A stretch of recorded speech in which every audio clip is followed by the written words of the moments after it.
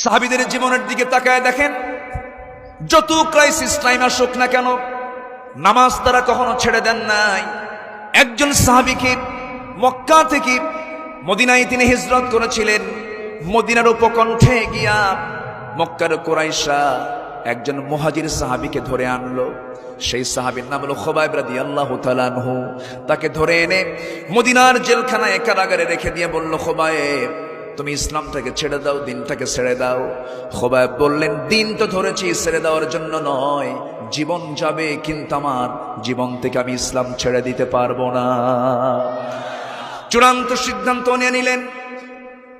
Remand শুরু হলো, অত্যাচার শুরু হলো, জুলুম শুরু হয়ে গেল। খুবাইবের বিন্দু পরিমাণ সিদ্ধান্ত থেকে এক চুল পরিমাণ নড়লেন না, অনর সিদ্ধান্তে তিনি অটল থাকলেন। এক পর্যায়ে বলা হলো, খুবাইবের খাবার আমরা বন্ধ করে দেব। খাবার বন্ধ করে দেওয়া হলো। খাবার বন্ধ করলে কি হবে? মরিয়ামকে দুনিয়াতে জান্নাতের খাবার খাওয়াইয়া দিয়েছেন কে? আসতে বলবেন না কে? এই দুনিয়াতে বনি ইসরাইলদেরকে মান্না সালওয়া বেহেশতের খাবার খাওয়া দিয়েছেন কে? সে আল্লাহ সিদ্ধান্ত নিয়ে নিলেন, খুবাইবের খাবার বন্ধ হলে কি হবে? শেষ রাতের দিকে খুবাইব ঘুম থেকে জাগা পেয়ে আল্লাহর কালাম তেলাওয়াত করেন, আর ফেরেশতা তার সামনে জান্নাতের আঙ্গুরের ছড়া ঝুলায় রাখে। একটা করে আঙ্গুর তিনি সেখান থেকে নিয়ে মুখের মধ্যে নেন, আল্লাহর কালাম তেলাওয়াত করেন। 2 মাস চলে গেল, খাবার বন্ধ। কিন্তু খাবার বন্ধ করলে কি হবে? কে খাবার খাওয়াচ্ছেন? আল্লাহ খাবার খাওয়াচ্ছেন। এখন প্রশ্ন হলো, হয়তো অনেকে বলবেন, হুজুর এটা তো অসম্ভব ব্যাপার, আমরা যদি বসে দেখে খাবার পাবো কেমনে? আল্লাহ তাআলা তার রাসূলকে দিয়ে জানাচ্ছেন, যদি কোনো বান্দার পরিপূর্ণ তাওয়াক্কুল যদি থাকতো, আল্লাহ প্রত্যেক বান্দাকে ফেরেশতার মতো খাবার খাওয়াইয়া দিতেন। আমার ভাইয়েরা, আমার বন্ধুগণ, এবার কি হলো?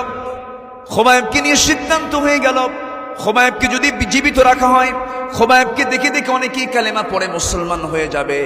সিদ্ধান্ত পাকাপোক্ত হয়ে গেল, শুলে কাস্টে ঝুলে মেরে খুবাইবকে দুনিয়া থেকে বিদায় করে দিতে হবে। এই মাস্টার প্ল্যান যখন হাতে নিল, এই মাস্টার প্ল্যান হাতে নেওয়ার সঙ্গে সঙ্গে আত্মীয় স্বজন সবে এসে খুবাইবকে বলল, খুবাইব রে, আমরা তোমার ভাই বোন, আমরা তোমার আত্মীয় স্বজন, তুমি আজকে দুনিয়া থেকে বিদায় নিয়ে নেবে, মরে যাবে, আমরা কষ্ট পাবো, দয়া করে দিনটা তুমি ছেড়ে দাও, ইসলামটাকে তুমি ছেড়ে দাও। খুবাইব বললেন, আমার দুনিয়াতে কেউ আমার আপন না, আমার জীবনের সবার জীবনের জন্য 1 নম্বর আপন কে? আসতে বলবেন, 1 নম্বর আপন কে? যে বউটা 1 রাত না গেলে পরে বউয়ের ঘুম হয় না, বারবার ঘন ঘন ফোন করে।